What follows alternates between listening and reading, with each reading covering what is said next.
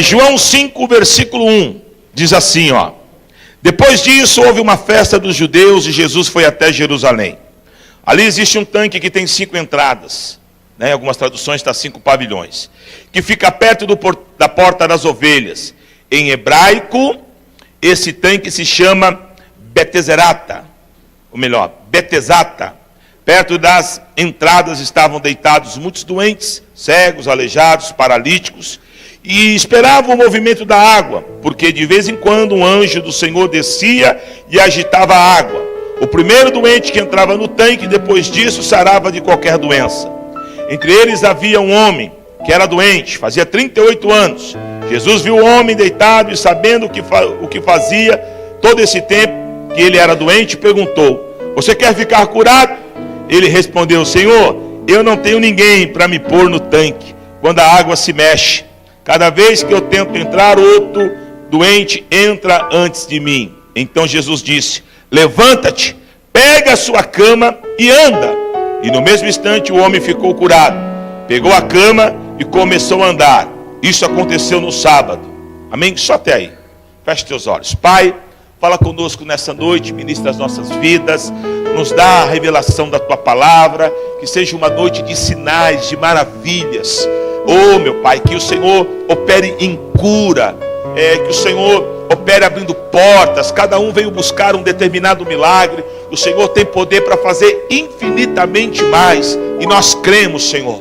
Por isso, segundo o poder da tua palavra, me usa pela tua graça e misericórdia, e que tenhamos uma noite maravilhosa na tua presença, nessa atmosfera de sinais e maravilhas, em nome de Jesus. Amém. Pode sentar. Pastor Cláudio Duarte sempre brinca com esse texto, né? Que ele fala que às vezes é difícil entender Jesus, né? Porque Jesus chega para o cara que é paralítico 38 anos e fala: quer ser curado? Né? Tipo assim, né? O cara fala: não, quero ficar mais 30 aqui assim. Mas na verdade é porque Jesus já sabia do que estava no coração daquele homem, né? Vamos tentar entender aqui o que está acontecendo aqui nesse texto. A Bíblia fala que Jesus estava subindo para ir para uma festa que tudo leva a crer que era a festa da Páscoa. E perto da porta das ovelhas, Jerusalém tinha portas que entravam na cidade. Perto da porta das ovelhas tinha um lugar, né, que até hoje tem lá, mas não é mais como era antes, né? Que era chamado Betesda. Por que Betesda? Na verdade, funcionava assim: era um lugar onde se ajuntava muitos enfermos, todo tipo de enfermidades. E ali era conhecido como Betesda, porque a palavra Betesda em hebraico, ela está em hebraico, ela quer dizer, para nós traduzindo, lugar de misericórdia. Por isso até que o nome da nossa igreja é Betesda, né? Por uma experiência que eu tive com Deus e alcancei a misericórdia de Deus, e o Senhor colocou esse propósito no meu coração. Assim como você foi alcançado pela misericórdia, demais famílias também serão alcançadas. E segundo o burburinho, funcionava assim. Então estava lá o tanque, né? Jesus, né, passou por lá. Mas a história era a seguinte: que de tempo em tempo vinha um anjo que ia naquele tanque, né, cheio de água, e mexia, movimentava as águas. Quando a água era movimentada, um enfermo ia e pulava, ou vários, mas o primeiro que pulasse era o que ficava curado, e os outros não. Agora, se você ler na tua Bíblia, você vai ver que esse termo ele está entre colchetes, porque é um texto não reconhecido. Como assim, bispo? Se crê teologicamente que isso era uma lenda, que não tinha anjo coisa nenhuma, né? E dentro disso eu fiquei dando uma voada aí nesse texto. Eu fiquei imaginando que todo lugar tem anjinho, mas não é anjo não, os anjinhos, nossos filhos. Eu fico imaginando aqueles meninos jogando pedra ali, a água, os caras, né? Ou um passarinho também, Então se criou uma coisa que era uma inverdade. E esse camarada aqui ficou 38 anos crendo nisso. 38 anos crendo que a sua vida poderia mudar através da movimentação daquelas águas. Amados, eu dei uma lida nesse texto, já conheço ele, mas eu dei mais uma lida. E eu queria tratar aqui algumas situações que eu olho aqui, que eu trago para a minha vida como conhecimento, que eu queria repartir com vocês. Então a primeira situação é que, tanto naquele lugar quanto aqui, há uma coisa muito parecida. O versículo 3 fala que havia uma multidão naquele lugar. Aí traz uma narrativa, coxos, cegos, paralíticos. Mas resumindo, quem estava ali, estava com o quê? Com problema, né? Então se ajuntava todo mundo ali, cheio de problema, porque eles criam que o anjo ia tocar a água. Irmão, preste atenção, esse é um grande problema. Hoje, muitas igrejas no Brasil estão ganhando um crescimento exponencial mais fora do contexto bíblico por isso. Multidões se ajuntam, mas não se ajuntam para ver Jesus agir. Se ajuntam porque quer ver a lenda acontecer, né? É o movimento da água, não é assim que funciona? Hoje é a noite que o bispo vai dar três envelopadas. Cada envelopada é um milagre. A gente dá risada, mas multidões creem nisso. É como aqui, havia uma multidão, querido. A multidão é no mínimo 5.000 pessoas, biblicamente falando. Um monte de gente ali esperando essa coisa da água se mover. Se você veio aqui hoje pensando que eu vou te dar o pé de coelho, o trevo não sei de quantas folhas, a nota de dólar, que eu vou soprar na tua cabeça, você veio no lugar errado. Agora, se você veio atrás de Jesus, você veio no lugar certo. Porque aqui nós não cremos em lendas, nós cremos que Jesus é o Senhor da igreja. Amém? Aí eu coloquei na segunda situação aqui também. Eu coloquei aqui no meu esboço. Havia uma situação naquele local lendária. Aqui aí o versículo 4. Porque de vez em quando um anjo do Senhor descia e agitava a água, papapá. Aí está entre colchetes aí. Então, irmão, vamos parar de crer em lenda. A igreja precisa crescer no entendimento das Escrituras. A gente fica cada dia uma novidade. Irmão, nesses 20 anos que eu sirvo a Deus aí pregando, ministrando, no Brasil já aconteceu de tudo. Aqui já veio um som de riso. Eu não estou dizendo que Deus não faz, não. Eu cansei de ver gente movida por Deus, se largar no chão dando risada. Só que aí vira moda. Então Deus agiu na tua vida, tem que agir na minha. Aí eu ando assim, ó. Então teve uma época de umas explosões de milagre, quando o Benihim veio aqui em 1993, eu acho, 94, né? Mas era unção mesmo. Você chegava no estádio, você sentia a glória. Ele orava, às vezes ele fazia assim, ó, recebe o poder de Deus. Ele não te tocava, você já caía do outro lado. O Silas Malafaia, ele deu uma entrevista no programa dele, que ele não cria nisso não. E ele foi lá em Toronto, num evento, que ele ficou embasbacado, tamanha glória de Deus. Eu não estou dizendo, Deus faz sim, mas não pode virar moda. Aí vira lenda.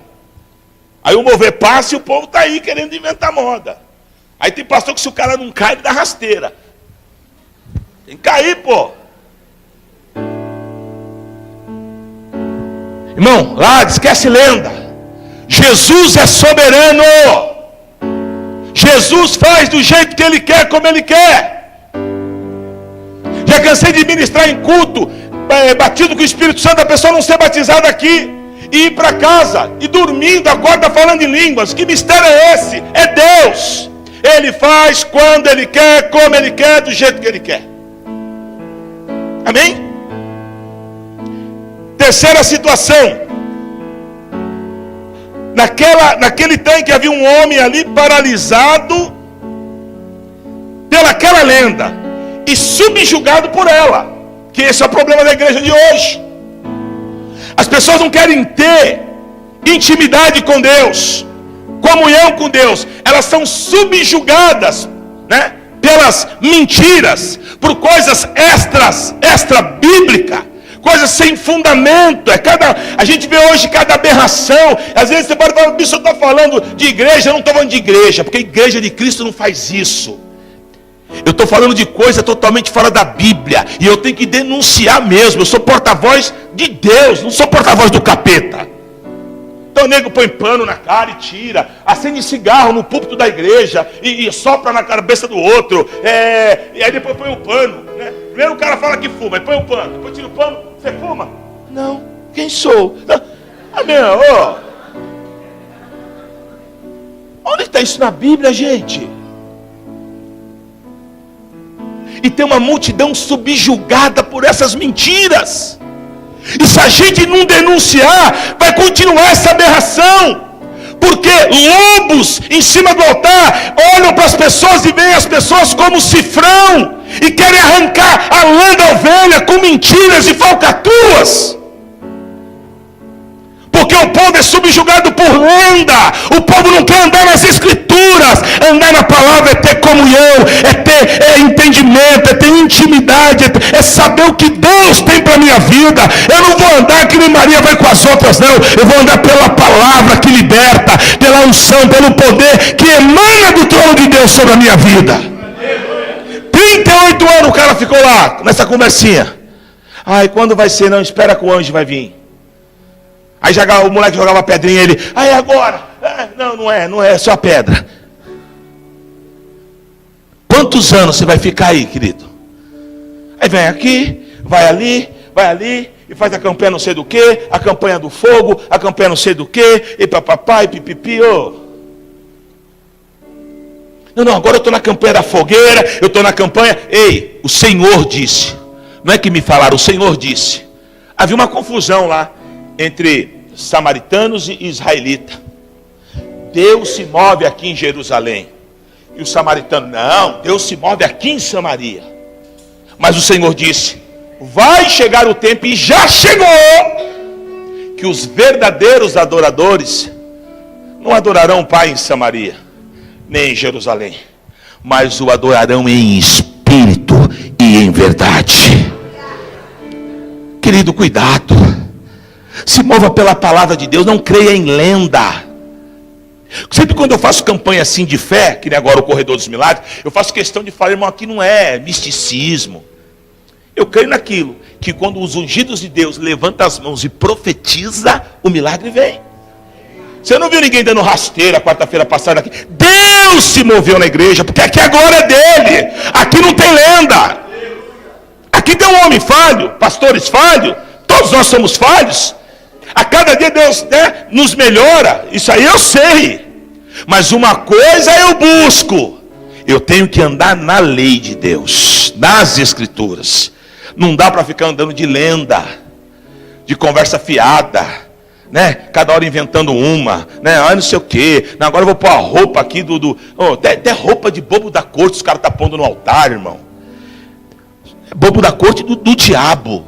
Porque eu não sou bobo da corte, eu sou príncipe do Senhor. Eu sou sacerdote do Senhor, querido. Eu sou ungido de Deus, amém? E eu não preciso ficar fazendo meninice no altar não, querido, amém? Se tiver aqui presente, se tiver 10, eu vou pregar a mesma coisa. Porque o meu papel aqui, querido, é te empurrar para o céu. Agora a tua salvação não está em mim, a tua salvação está em Cristo Jesus. Camarada, 38 anos esperando aí, porque está esperando em anjo. Agora confia no Senhor, que o teu milagre chega urgente. E chegou. Amém?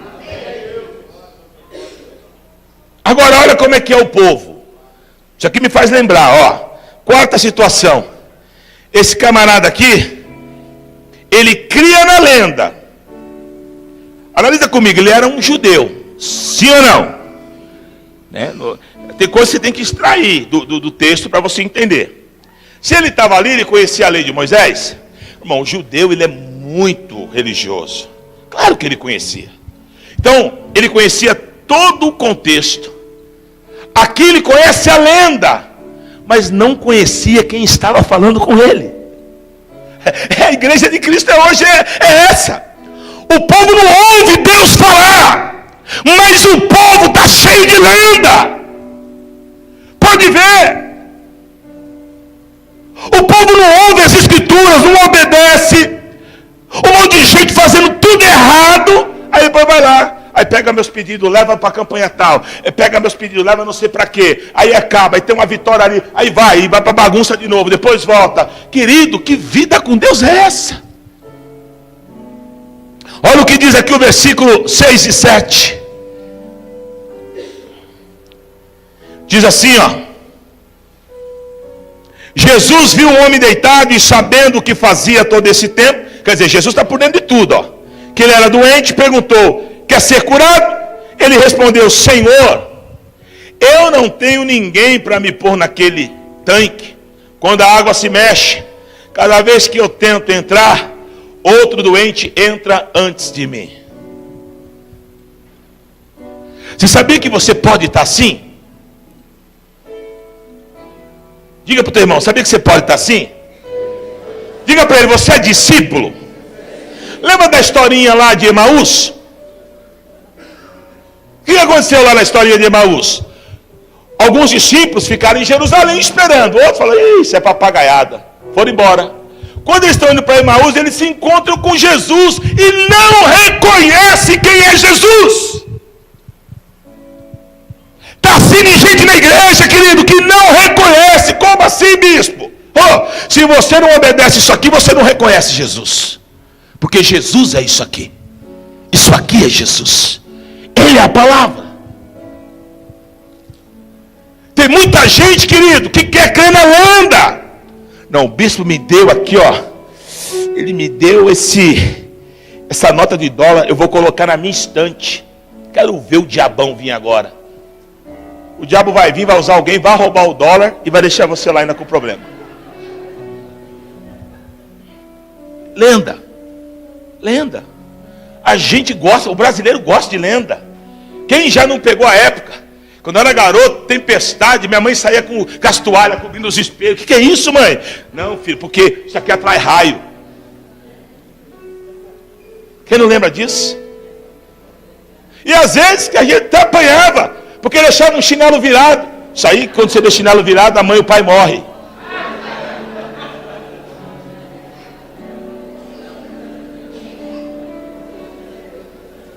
A gente é assim. O cara acabou de adulterar, saiu com 3 mulheres. Tá até meio, né? Aí saiu daquela bagunça, aí ele veio à igreja.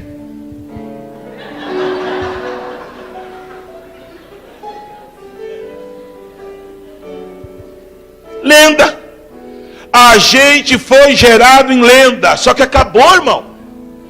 Acabou o tempo da lenda. Agora chegou o tempo do milagre. Chegou o tempo da igreja entender que quem faz é o Senhor. Por isso, para não ter brecha, ele já falou: eu sou o alfa e o ômega. Vou traduzir em português: eu sou o A e sou o Z. Eu sou o princípio e o fim. Não tem ninguém no meio. Ah não, mas é a fotinho, é o seu... Não. 1 Timóteo 2:5, ele diz: só há não é 2, só há um mediador entre o homem e Deus, e ele tem nome, é Cristo Jesus. Só ele, não há cura fora dele. Ele não reparte a glória dele com homens. Esse negócio de um monte de homem, equipar e põe aqui no meu suor, isso é tudo papagaiada. Amém? Papa. Mas por que Paulo? Ô, irmão, a comparação. Porque Pedro. O Pedro orava aqui no sol, a sombra batia no outro, ele era curado. O Pedro. Não é porque ele é diferente de nós, porque foram pessoas que tiveram intimidades com Deus. O Paulo, lá tem os lenços de Paulo. Só que, querido, uma coisa a gente precisa entender.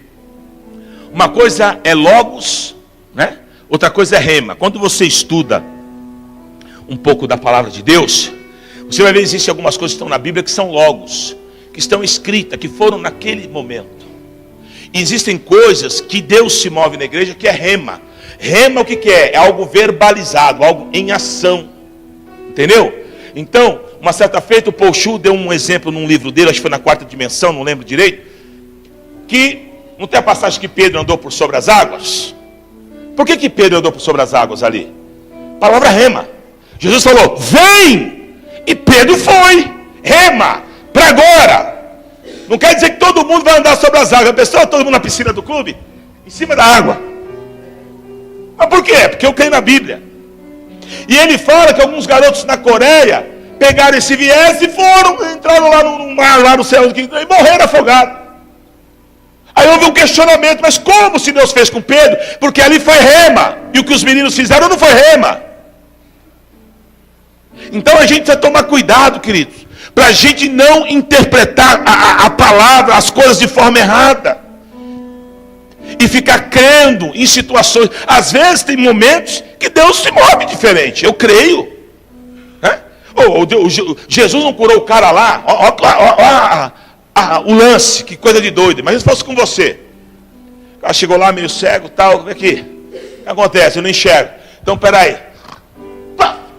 Deu uma catarrada na terra. Fez um furdúncio lá. E agora, meu filho?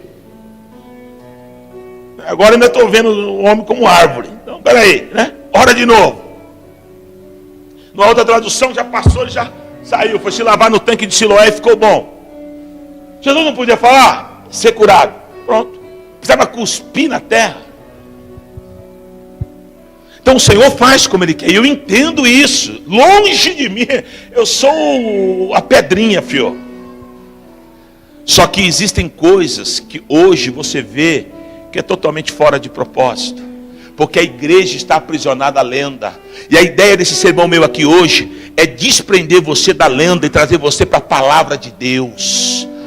Só a palavra, só isso aqui tem poder. Irmão, não caia no conto da carochinha. Homem é homem, em todo canto. Homem é pecador e carece da misericórdia. Ah, mas é que o fulano, é que o Beltrano, que é o patriarca. Irmão, esquece tudo isso. Até porque no céu vai ser tudo diferente. No céu, o pequeno vai ser o grande. E tem uma palavra que um dia Deus falou comigo que é muito poderosa. Jesus falou que alguns já receberam o seu galardão aqui na terra. Muito pastor que quer muita honra já recebeu aqui. Lá no céu vai morar lá na Pimboca.